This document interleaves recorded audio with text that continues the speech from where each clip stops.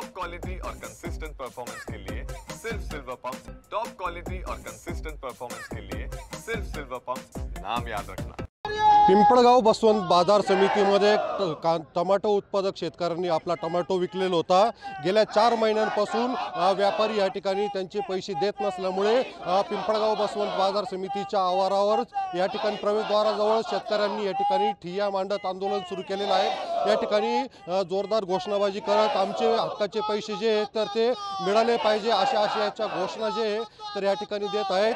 आपण या ठिकाणी जे काही आंदोलनकर्ते शेतकरी आहेत तर त्यांच्याशी बातचीत करणार आहोत।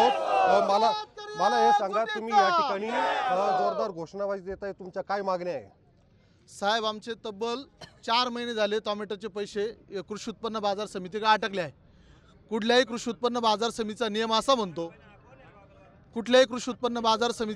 म्हणतो का माल विकल्यानंतर तुम्ही 24 तासाच्या आत शेतकऱ्यांना पैसे अदा केले पाहिजे। परंतु आज तब्बल 4 ते 5 महिने होत आले, गुरुकृपा आडतीकडे या सर्व शेतकरी बांधवांचं साधारण 3 कोटीच्या आसपास पैसे अडकलेले, पण कृषी उत्पन्न बाजार समिती याच्यात कुठला इंटरफेअर करायला तयार नाही। मग शेतकऱ्यांनी जायचं तरी कुणाकडं? मग शेतकऱ्यांनी बाहेर माल विकला तर कृषी उत्पन्न बाजार समिती सांगते का कृषी उत्पन्न बाजार समितीत तुम्ही माल आणून विका, त्या निमित्तानं तुम्हाला पैशाची हमी राहील। परंतु आम्ही आज 4 महिने झाले या कृषी उत्पन्न बाजार समितीच्या संचालकांकडे 4 वेळेस मिटिंगा घेतल्या, ऑफिसला भेटलो, सर्व अधिकाऱ्यांना विचारलं, परंतु कोणीही आमचे म्हणणं ऐकून घ्यायला तयार नाही। मग आम्ही जायचं तरी कोणाकडं? मग आमच्याकडे शेवटचा पर्याय शेतकऱ्यांकडे राहिला तो आंदोलनाचा। आज आम्ही कृषी उत्पन्न बाजार समितीच्या गेटला कुलूप लावलेलं आहे आणि निलाव पण बंद पाडलेला आहे, कारण जो निलाव चालू आहे तो शेतकऱ्यांचाच आहे आणि आज जो आम्ही माल विकलेला आहे तो आमच्या कष्टाचा आहे। साहेब, आज आमचे जर पैसे मिळाले नाही तर असंख्य शेतकरी असे की त्यांना फाशी घेतल्याशिवाय पर्याय नाही। आमच्याकडं चांदोड तालुक्यात दुष्काळी भाग आहे, आमचं नगदी पीक फक्त टोमॅटो आहे आणि त्या टोमॅटोचे पैसे जर शेतकऱ्यांना मिळाले नाही तर आज शेतकऱ्यांना बघायचं तरी कुणाकडं, अशी परिस्थिती साहेब आमची झाली आहे। या ठिकाणी महिला पण आहेत आपल्यासोबत। मला हे सांगा, तुम्ही या ठिकाणी आंदोलनात आले आहेत, तुम्ही या ठिकाणी टोमॅटो विकलेला आहे तर तुमचे पैसे अजून मिळालेले नाही, काय?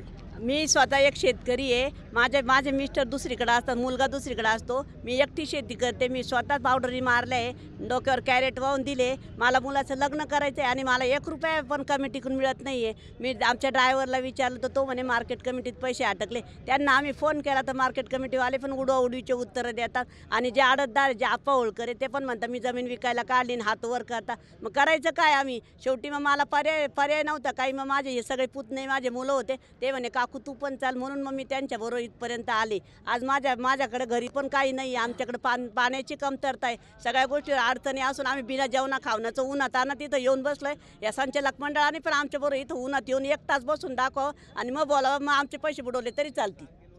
एकंदरीत पाहता या ठिकाणी कांद्याचे लिलाव सुद्धा या शेतकऱ्यांनी बंद पाडलेले आहेत आणि लवकरात लवकर पैसे मिळावं अशी मागणी हे शेतकरी करत आहेत। उमेश पारिक, TV9 मराठी, पिंपळगाव बसवंत, नाशिक।